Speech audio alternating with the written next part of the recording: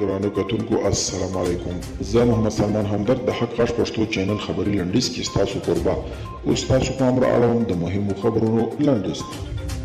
د پښتونخوا ملي عوامي ګوند مشر محمود خان اڅکزي ویلي که په چېرته د ګاونډي هیوادونو د افغانستان د ناامنۍ ته لمن ووهي نو دغه اور به د دوی لمنو ته هم ورسیږي.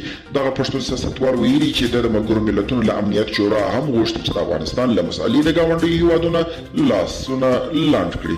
نیویارک ټایمز ورځپاڼې د افغانستان په اړه د ولسمشر جو بایډن اقداماتو ته په اشاره ویلي نوموړي له افغانستان څخه د سرتیرو وتلو برخه کې په حقه دي. ورځپاڼه کاږي که څه هم بایډن د ټرمپ له لوري د جوړ شوو ټولو پالیسیو د مخنیوي هڅه وکړي خو په هغه چارو کې یې کار ونه لرل چې په اړه یې په لوړه کچه اجماع موجوده وه او له هغې ډلې یې یو د افغانستان د سرتیرو د ایستلو موضوع وه.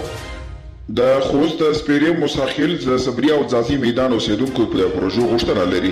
په خوست کې د یو شمېر لیرو پرتو ولسوالیو اوسیدونکو او قومي مخور وایي چې تېر نږدې 12 لسیزو کې د دوی د سیمو د بیا رغونې او د خلکو لپاره د ژوند اساسي اړتیاو برابرولو ته لازمه پاملرنه نه ده شوې او چارواکي وایي چې 6 میاشتو کې به ټول اقلام د افغانستان په نوم بهر صادر شي.